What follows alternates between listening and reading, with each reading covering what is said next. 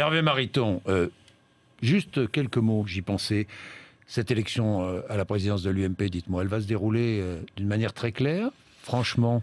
Écoutez, vous avez des doutes ou pas? Non, je pose des questions et à ces questions, je n'ai pas toujours de réponse. Je C'est-à-dire pense, pour tout vous dire, davantage par incompétence que par malice. Un jour, j'avais une discussion avec Christine Lagarde et elle m'avait répondu: écoute Hervé, entre complot et conneries, c'est plus souvent conneries. Bon, sage principe, Christine Lagarde est une femme de qualité.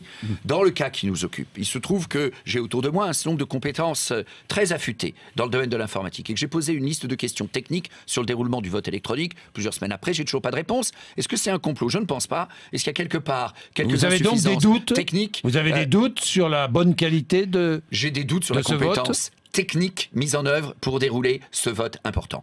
Et écoutez, en même temps, moi je suis candidat à une élection, je débat sur le fond, je ne vais pas passer mon temps à demander à l'arbitre d'intervenir. Je suis dans le combat à fond. L'organisation du MP, faire en sorte qu'on ait une organisation pro, le projet conquérant et rassurant, le niveau de vie et le mode de vie de nos concitoyens. Les éléments d'organisation du scrutin, eh bien, je suggère ensuite tout de même qu'on les regarde de près pour faire en sorte qu'on n'ait pas les mêmes problèmes au moment des primaires. Et nous n'aurons pas les résultats département par département. Non, c'est dommage, parce que je souhaite que le vote électronique, c'est tout de même comme ça que les Français le comprennent, y compris les militants, que le vote électronique, ce soit un progrès et pas un recul. Un progrès en termes de transparence, si ça peut l'être, en termes de rapidité et d'économie, peut-être, et que aussi, ça fait partie de la vie politique, chacun sache comment on a voté, que ce soit dans le Gard, dans la Drôme ou dans les Hauts-de-Seine. Malheureusement, ça sera manifestement pas le cas, je le regrette.